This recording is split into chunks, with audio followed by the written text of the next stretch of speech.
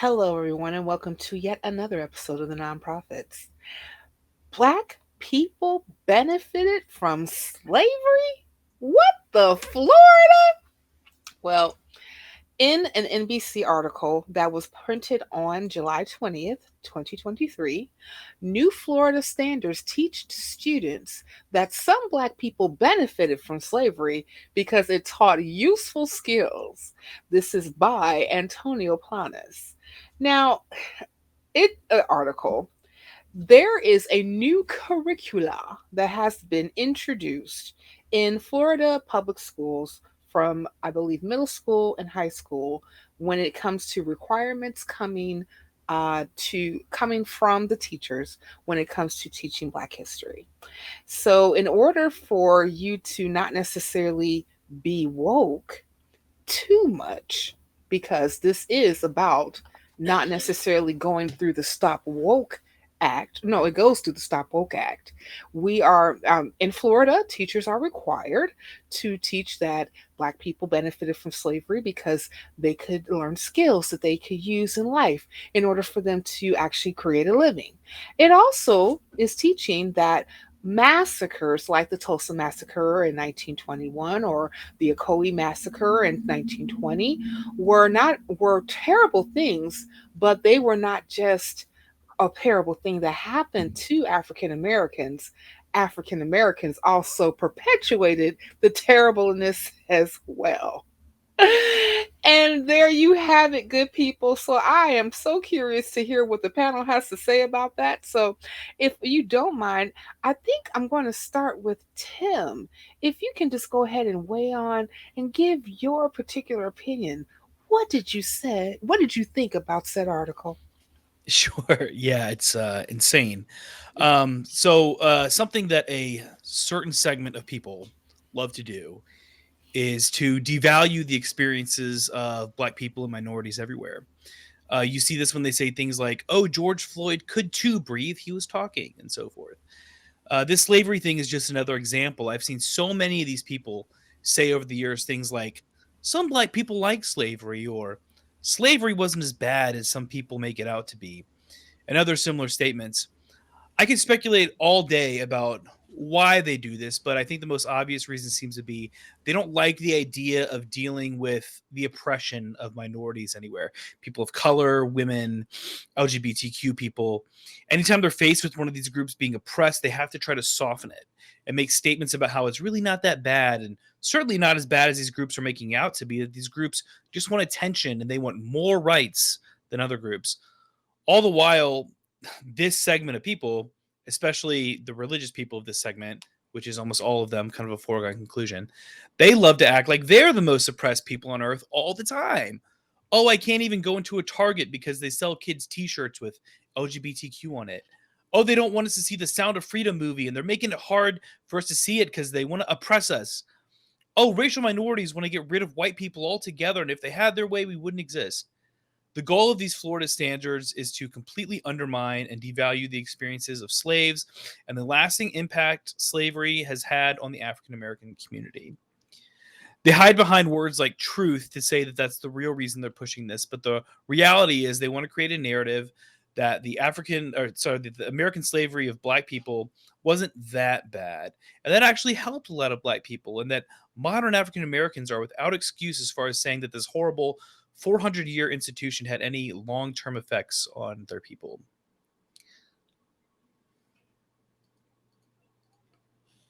Boy, oh boy, I tell you, I got a lot to say about this, but I really would love for more of you all to chime in before I actually do my tirade. So, Infidel, please go ahead. What were your first thoughts when you actually read this article? Well, the first thing I have to say is that as a former person who actually was involved in the white supremacy movement 30 years ago, I probably have the least reason to get frustrated or upset or be offended by this. But, the bottom line is if you believe this whole uh, mentality, the slaves were, singing happily in the field, the tune and the favorite song of their master, and taking care of the babies, and some of them even having the babies, of the master, and but the truth is that it's absolutely disgusting. We see these people time and again, try to pretend that history was something that it wasn't. That people just, you know, were happy, and yeah, there were slaves that had great talents and great skills. But the truth is that the people that benefited from them, they weren't themselves; they were the masters. And so, to try to pretend this is some type of trade program where they were going to end up with a lot of money and a great life at the end is patently dishonest. But that's what we see. We see time and again that we have this group of people who they don't really want to think about the issue. They're so preconditioned against this woke agenda, as they call it, that given this bill of anti-woke, that just sounds great to them. They heard everything they need to know. They don't need to know anything else at all. To them, that's an absolute win. That must be right. I mean, what else could there be other than that? But that's one of the main takes I had on it. And as I said at the beginning, that I really, I had a conversation here recently with someone about 30 years ago, an interview I had at a state Republican state convention that I was a member of. And, where they reminded me of some of the things I said then. And I was talk about embarrassing. To say it was embarrassing is an understatement. Shitty is probably more accurate. But, I see this, and I really hope that as I see the unpopularity of DeSantis rising, and there was another guy who once said that no, there was good people on both sides, and that type of equivocation just doesn't do it. It's not only dishonest, but you're not even attempting to portray yourself in an honest light. You're just playing a game. And Teo, I just want to know, what are your thoughts on this issue? Oh boy, I have a lot of things to say about this. First of all, whenever I sorry, whenever I come here, I say this over and over again. USA, you scare me. You scare me a lot. And I want to agree with your statement about these comments being disgusting. Uh, I mean, you take one of the most awful, terrible things that happened to a huge group of people, and you try to say that this is something good. And I'm going to make the extreme comparison because I have heard this. I have heard people saying that the Nazis and the Holocaust were good, and they were caused by God, because thanks to that, Jewish people got Israel established as a nation. So the Holocaust was a good thing. First, it was God punishing the Hebrew people, and then it was God using this punishment to give them their land, so they are fulfilling a prophecy. Therefore, the worst thing ever happening in history is something good. In this case, is part of the same. And I want to quote some people in here. I'm going to quote a guy called Michael Patrick Carroll. I have no idea who this guy is. Apparently, is what is the I don't know. You must know because he's a politician from over there. But I'm going to quote something that this guy said in 2008. He said, African Americans should actually be grateful for slavery because it was the means by which they eventually gained American citizenship. So this guy worships American citizenship, and look at this. Yeah, thanks to slavery, they have it. This is awful. But you know what? I could even kind of try to understand, because this is a white guy. As a white guy, I know we don't have much to say. I'm Latino, by the way, not white. And yeah, this is a white guy saying this. But then I found something interesting. Have you heard of Kimberly Daniels? This person, I searched for the picture, is a black American woman, and she said, "Thanks God for slavery." Yeah, she said, I thank God for slavery. I thank God for the crack house. If it wasn't for the crack house, come on, somebody. God couldn't have never been able to use me how he can use me now. And if it wasn't for slavery, I might be somewhere in Africa worshiping a tree. I mean, how can you hate your own people so much that you are thankful for the worst tragedy that could happen to your whole people? And I had to make the comparison, sorry, but I'm not American, so I don't know much about you guys, only what I see on TV. And there is a show called The Boondocks. Maybe you have heard about it. It has a character called Uncle Ruckus, Ruckus, and he is a character who is internally racist, and he's repeatedly proclaiming his love for the white race and disdain of the black race, and he even identifies as a Caucasian, saying that he suffered from reverse vitiligo or vitiligo. So this person, it's a black person who hates himself, hates his people, and the first time that I saw it, it was at the same time that I read about Jesse Lee Peterson, another guy who hates black people, and he's constantly talking Yeah. against black people. And seriously, USA, what is going on over there? How is it possible that is the USA so racist that is teaching black people that they should hate black people? I don't know, guys. Help Yes. me. I need to understand this. What is going on there? Yes, exactly. So I just want to say, like, specifically about Representative Kimberly Daniels. It it's very wow. First off, but it's kind of crazy because she also says that the new Black History standards for Florida public schools are wrong to say that slavery resulted in any benefits for those who were enslaved. And she even used her own seat as the state African American History Task Force to fight against the messaging that's going on in classrooms. But sister girlfriend, you said thank God for slavery because now I can worship the Lord, the true God, instead of a tree in Africa. I Mm, mean, that's Tim, you insane. look like you got things on your mind before I go into my thing. Say, what you got? What's going on in your head when you I heard don't know. that? I mean, this is an area where it's very much feels like not my place to say a lot. Mm, Um, but I will say this and tell me what you think about this, Cynthia. It has always seemed um, really really crazy ironic to me how much a lot of the black community latches onto a system that was used to oppress them, which was Christianity, yeah, which was used to justify their oppression, which was used to justify slavery. Would you agree with that as a black woman yourself? That it's really it's ironic, it's insane to me.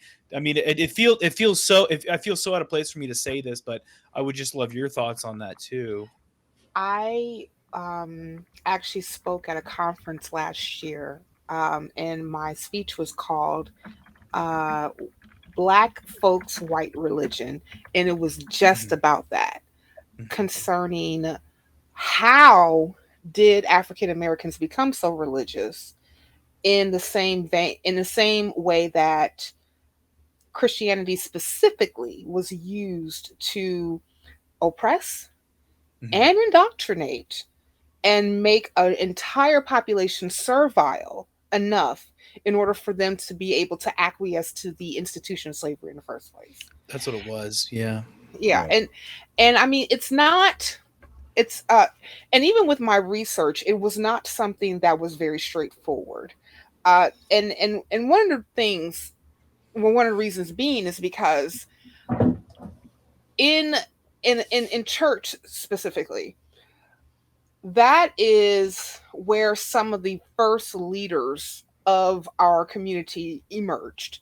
When you look at like some of the foundations of United States history, looking at different abolitionists who happen to be African American, and also those who happen to have worked in that particular area who were slaves or led slaves or what have you.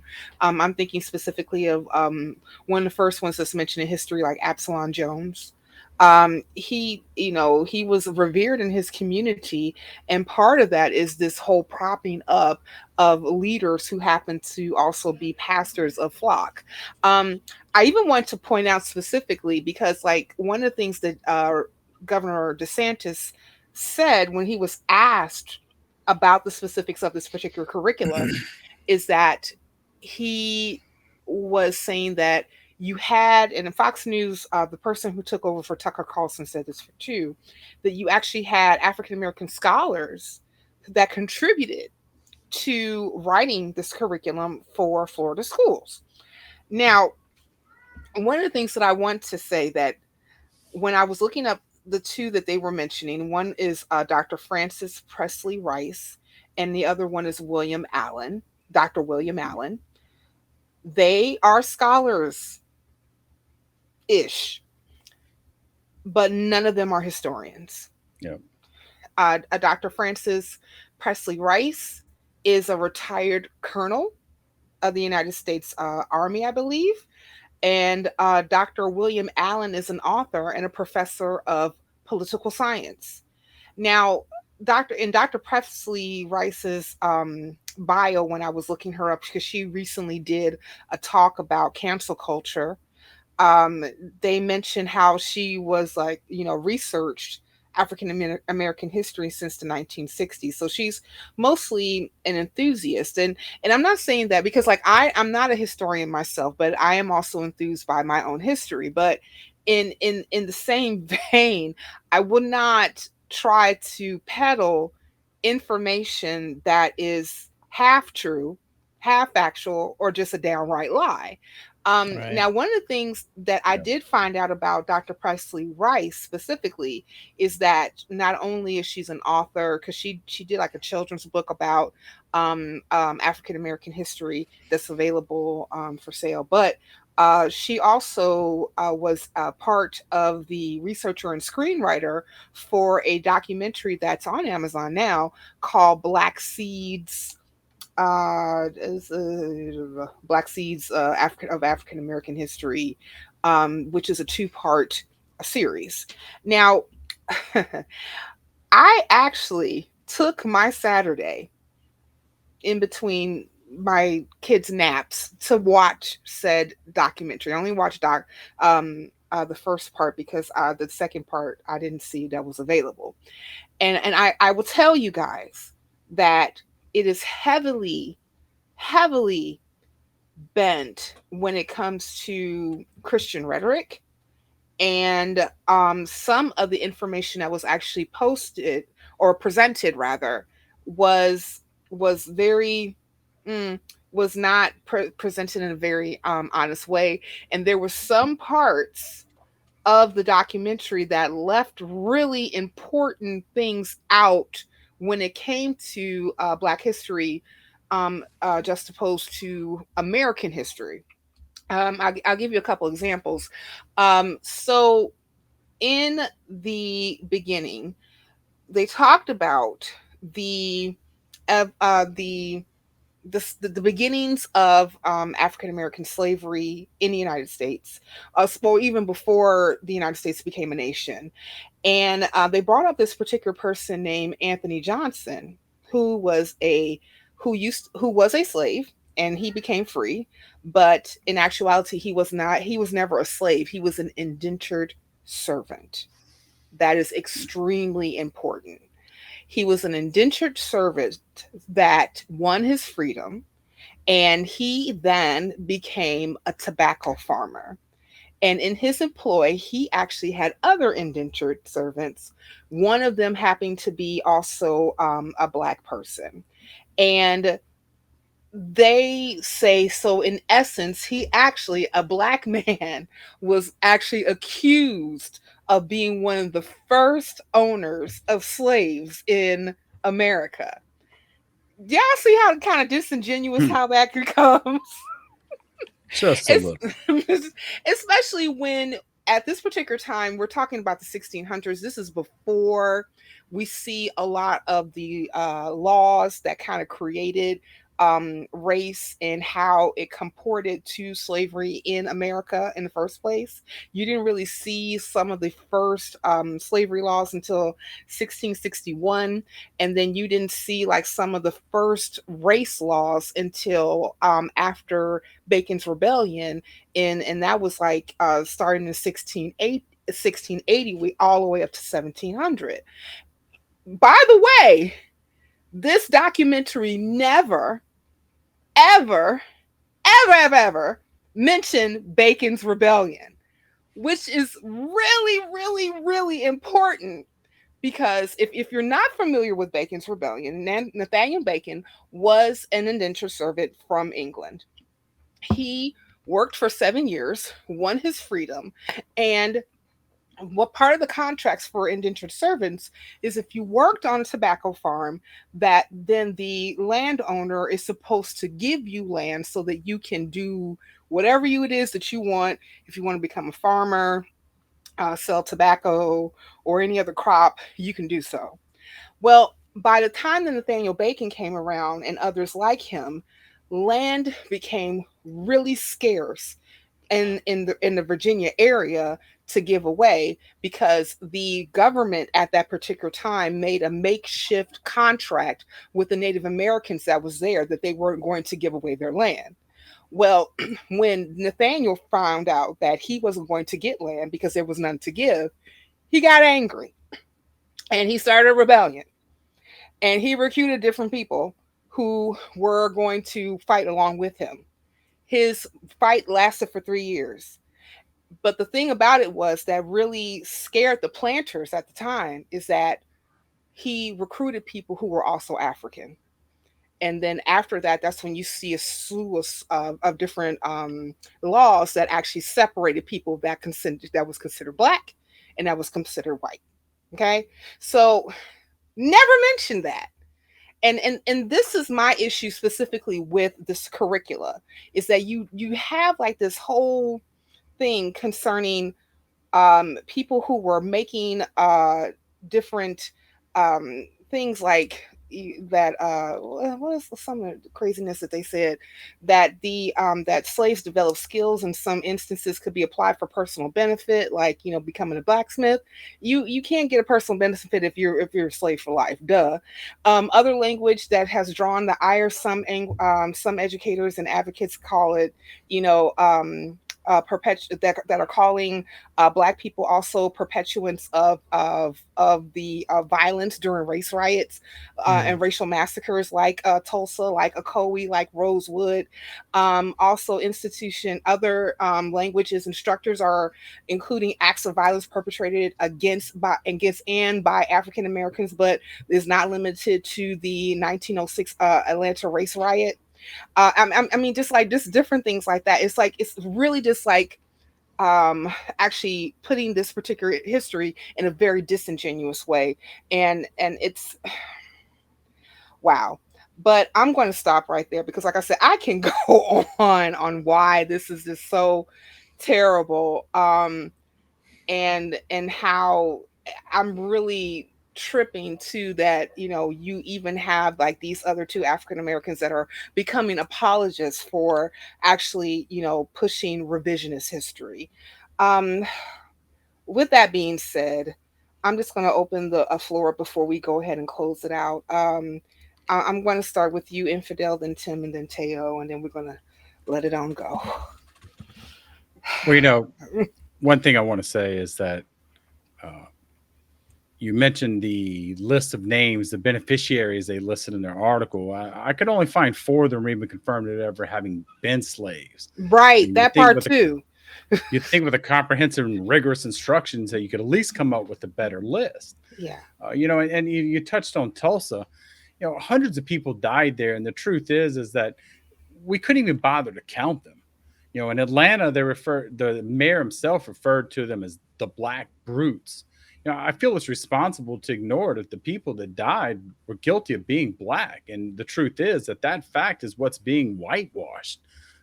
We couldn't even, as I said, we couldn't even count them. But here we go talking about this is how things were. It just doesn't make sense to me. And out of that list of 16, the first one was born 20 years after the Civil War ended. Out of the list they provided, I Revisionist just couldn't believe it. history. Tim, you're muted. You're muted. Oops, sorry. I mean, there's not much for me to say after what you said. I mean, you said beyond what I was thinking. I mean, this is revisionist history, and it's sad and it's dangerous, and it's frightening that it is in our schools and being put into curriculum. It's frightening. Yeah, it's so sad, and there is I mean, the worst part is that this is all part of this stop woke act, is stop Mhm. woke movement that suddenly started. Like, oh yeah, people want to have equality and they want good things for everybody. Well, this guy is called Ron DeSantis. You must know him. He's an American politician, and these Mm. guys go like, "Oh no, I'm going to stop this because how dare people ask us for equality and stuff like that." And the only thing I've heard about this guy is that he's a clone of certain orange guy that maybe you have heard of as well, who got a lot of political power, and he used that power to set the social the social advancements of the USA some decades back. And once again, USA, you freaking scare me. What the heck is going on over there? Guys, you were advancing so perfectly until 2000 and something, and suddenly now you're going back to the Dark Ages? Oh, I just hope we don't start copying you guys because you are scary as heck. That's all I have to say. And well, advancement is subjective, but Mhm. it's quite subjective. But Well, I just want to uh, say that yeah, Orange Guy also made the comment that in Charlotte, there were good people on both sides, Mhm. and that's kind of what I'm feeling here. I'm getting those small town vibes here, kind of Yeah. feel like that's exactly where we're heading here. yeah, I think my yeah. problem is I said 2000s, I meant 1980s. Until the 80s, you were going up wonderfully and you had friends. So that's what Little most different. of us know about the USA. I was gonna contest a few points. There's a John Birch Society that goes Yeah. back to the 40s and 50s. Y'all remember who was president in 1980? Just saying. Anyway. Oh my goodness. But I just like to say this uh, one thing. Um, the governor of Florida doesn't even know what's in his own curriculum. No, But you, dear viewer, if you want to know what's in our content, well, more of it, click here.